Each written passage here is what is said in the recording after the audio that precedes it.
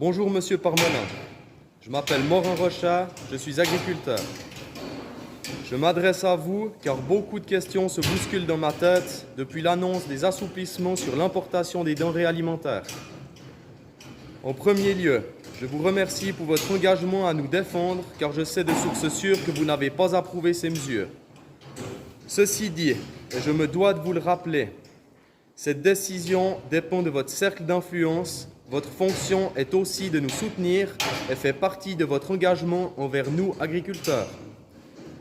Je vous remercie aussi de prendre de votre temps pour m'écouter, malgré ce temps de crise aiguë. Sachez que je suis ouvert à la discussion et attends avec impatience vos réponses à mes questions. La première.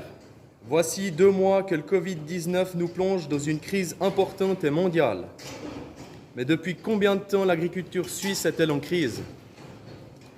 Je vous transmets aussi par cette vidéo la grande incompréhension de mes collègues et moi-même concernant les mesures du 1er avril 2020. La seconde, comment pouvez-vous, dans ces mesures, d'un sens, aider l'agriculture et la stabilisation des marchés en débloquant 3 millions de francs pour stocker cette viande et d'un autre, assouplir les règles d'importation pour garantir l'approvisionnement alimentaire et prétendre maintenir les postes de travail dans le secteur en question qu'est l'agriculture au sens large?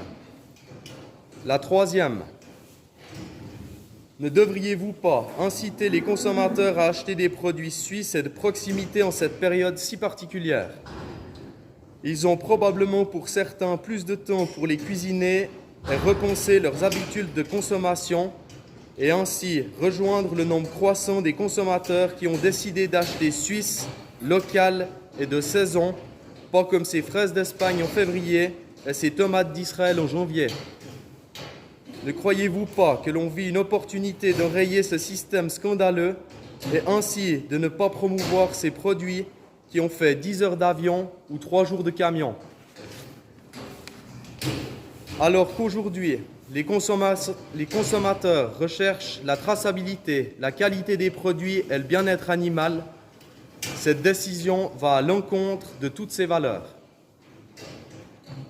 La quatrième, comment expliquez-vous que la viande suisse va être stockée pour repousser le problème et qu'en parallèle, on trouve de la publicité pour de la viande provenant d'Uruguay et Paraguay à prix cassé chez Denner & Coop? Pourquoi n'y a-t-il pas plus de publicité pour la viande suisse et nos produits? Tôt ou tard, cette viande stockée devra retourner sur les marchés et ceci fera diminuer les prix malgré les mesures prises. Si je ne me trompe pas, la dernière crise qui a autant touché l'alimentation a été la Seconde Guerre mondiale. Les frontières ont été fermées, donc plus d'importation. Le plan Wallon a donc été mis à exécution en faisant de la production suisse une nécessité et une priorité. Aujourd'hui, il y a crise, mais vous assouplissez les règles d'importation en faisant rentrer dans le pays des produits qui ne correspondent pas aux exigences habituelles et le marché suisse s'effondre. La cinquième, ne serait-ce pas le bon moment pour revoir la politique agricole suisse et revenir à quelque chose de plus raisonnable et valorisant, ainsi que de renforcer et privilégier les filières suisses de proximité qui ont montré leur capacité de réponse dans cette crise?